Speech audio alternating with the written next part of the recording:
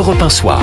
19h, 21h, Pierre de Villeneuve. Et je salue mes camarades de la deuxième heure. Bonsoir Gabrielle Cluzel. Bonsoir Pierre. Rédactrice en chef du site Boulevard Voltaire. Bonsoir Nathan Dever. Bonsoir Pierre. Écrivain et philosophe. Bonsoir Florence Bergeau-Baclair. Bonsoir monsieur. Merci d'être avec nous. Vous êtes docteur en anthropologie, présidente du CERIF. C'est le centre de recherche sur le frérisme. Et je me permets de vous complimenter, puisque généralement, quand un livre sort en poche, c'est qu'il marche bien et vous en avez vendu beaucoup.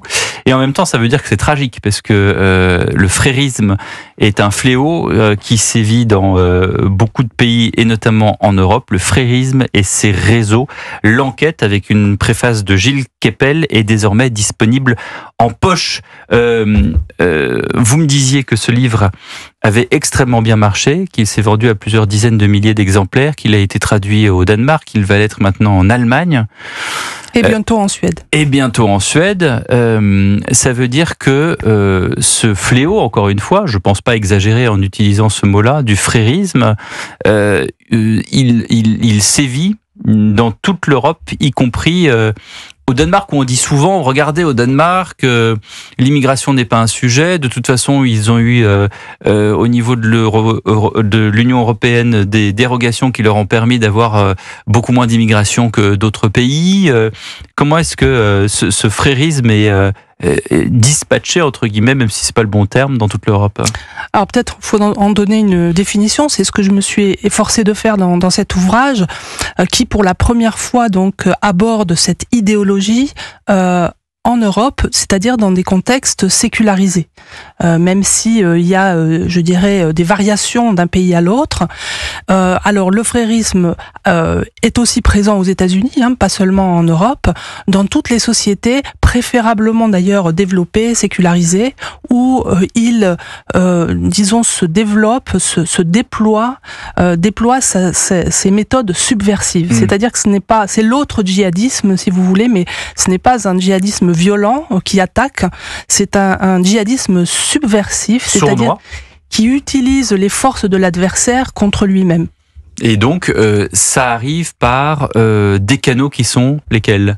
Alors les canaux, ce sont les réseaux qui se sont déployés, d'abord installés dans les années 1960, puis déployés en particulier dans les années 1970-1980, avec l'arrivée au pouvoir de Khomeini, qui a été un signal pour tous les mouvements islamistes, et puis la volonté donc de ces militants, plutôt des intellectuels ou en tout cas des gens diplômés, qui voulaient donc faire de cette terre européenne une terre d'islam, en passant par un état intermédiaire, c'est-à-dire en imposant ce qu'ils appellent la terre de contrat, en imposant donc leurs règles, mais sans forcer la société, en l'invitant à venir à l'islam, en l'obligeant presque. C'est-à-dire que ce n'est pas un mouvement prosélyte qui essaie de convaincre chaque individu de rentrer dans l'islam, etc.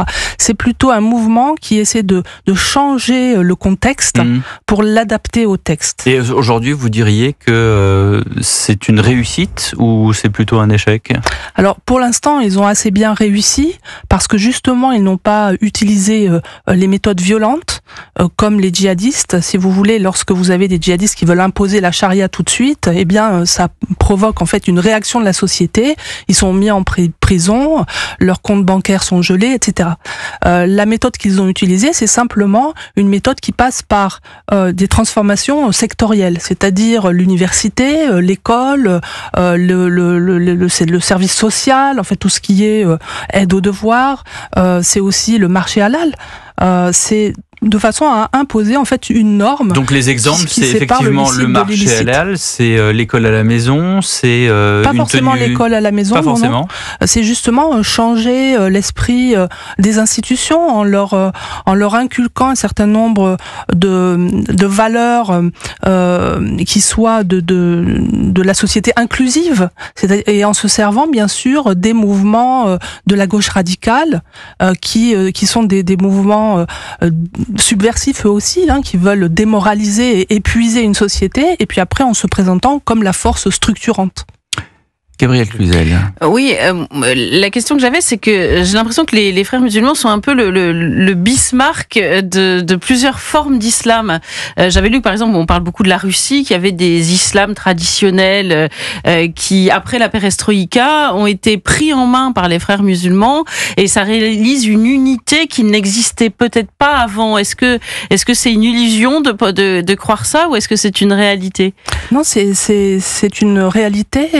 Les frères musulmans sont les seuls à pouvoir inviter dans une même pièce des représentants de l'islam issus de l'Algérie, du Maroc, ou d'obédience plus soufis. Soufis, c'est-à-dire?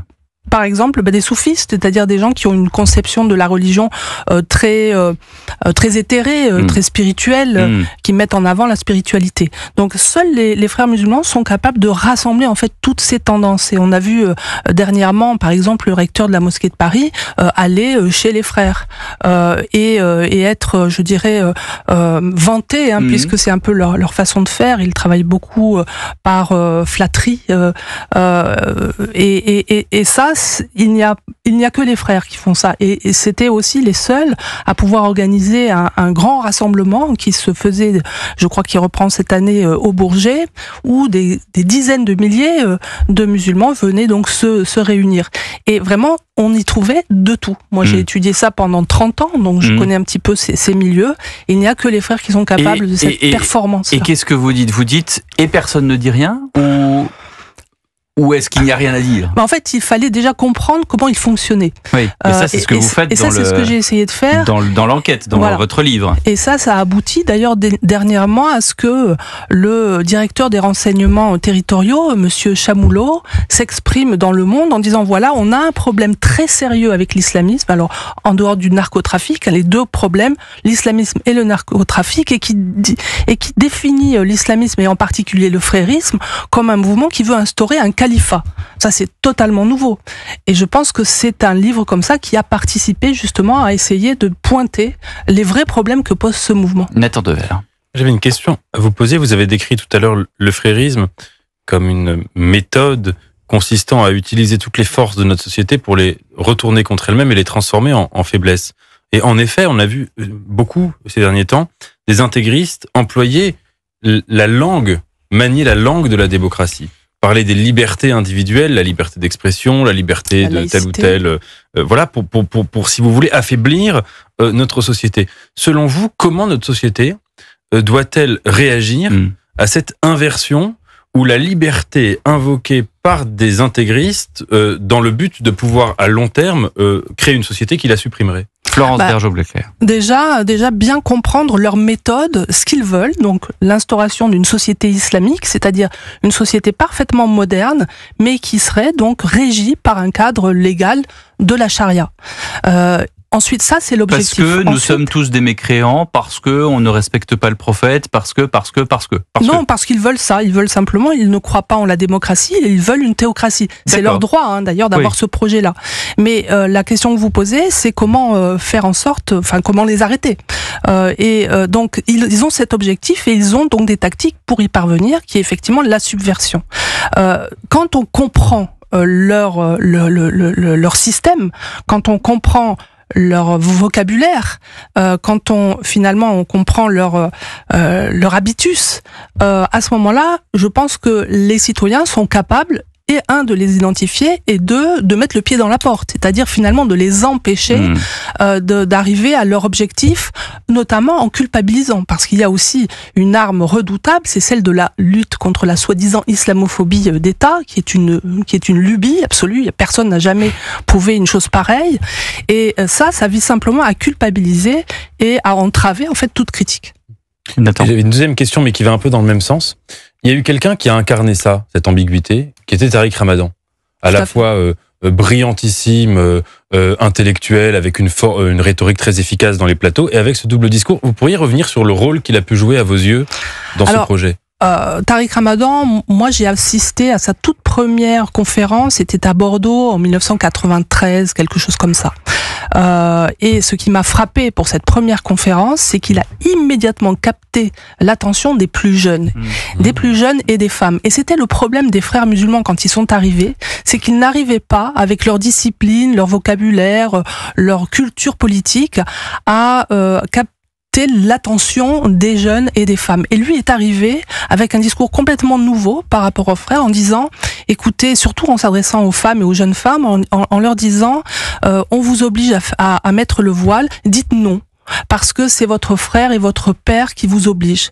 Mais en réalité, vous devez le faire pour Allah. Vous voyez, c'était toujours ça. Il prenait les choses dans le sens du poil, en fait, caressait dans le sens du poil, et aussitôt pour replacer en fait l'injonction dans un cadre qui est celui des frères musulmans. Passionnant enquête, le frérisme et ses réseaux, signé Florence Bergeau-Blaclair, désormais en poche, toujours chez Odile Jacob. Merci beaucoup d'avoir été l'invité d'Europe 1 ce soir. Dans Culture Média demain, Thomas Hill de 9h30 à 11h vous accueille avec tous ses chroniqueurs. Bien sûr, vous pouvez jouer par SMS en envoyant média au 739 21. On vous rappelle, 75 centimes plus le coût d'un SMS, 2 SMS pour s'inscrire. Et puis Marie Drucker sera là pour son livre Nos cœurs déracinés aux éditions Grasset. Restez avec nous dans un instant avec Nathan Dever et Gabriel Cluzel. On passe en revue l'actualité du jour. À tout de suite. 19h, 21h. Europe 1 Soir.